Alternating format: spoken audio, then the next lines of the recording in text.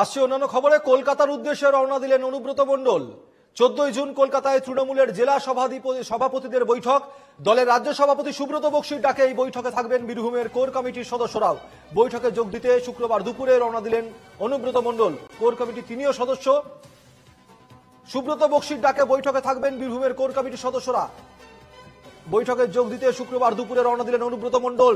14 June বীরভূমের core কমিটির বৈঠক ছিল এবং সেই বৈঠক যেহেতু রাজ্য কমিটির বৈঠক রয়েছে কলকাতাতে, মুখ্যমন্ত্রী মমতা বন্দ্যোপাধ্যায় ডাকে, তৃণমূল সুপ্রিমো মমতা বন্দ্যোপাধ্যায় ডাকে, সেই কারণের জন্য সেই 14 জুনের বৈঠক পিছিয়ে দেওয়া হয়েছে 21 জুন পর্যন্ত।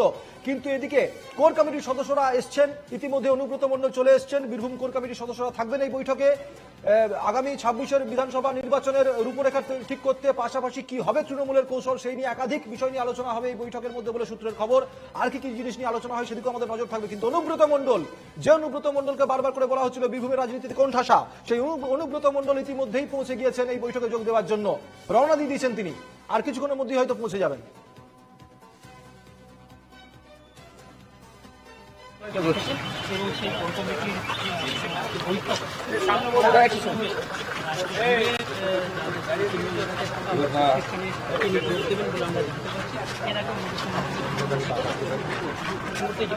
দাদা বৈঠকে যোগ দেবেন আজকে? কালকে বৈঠকে যোগ দেবেন? মিটিং সবাইকে ডেকেছে। হ্যাঁ, কালকে মিটিং সবাইকে ডেকেছে।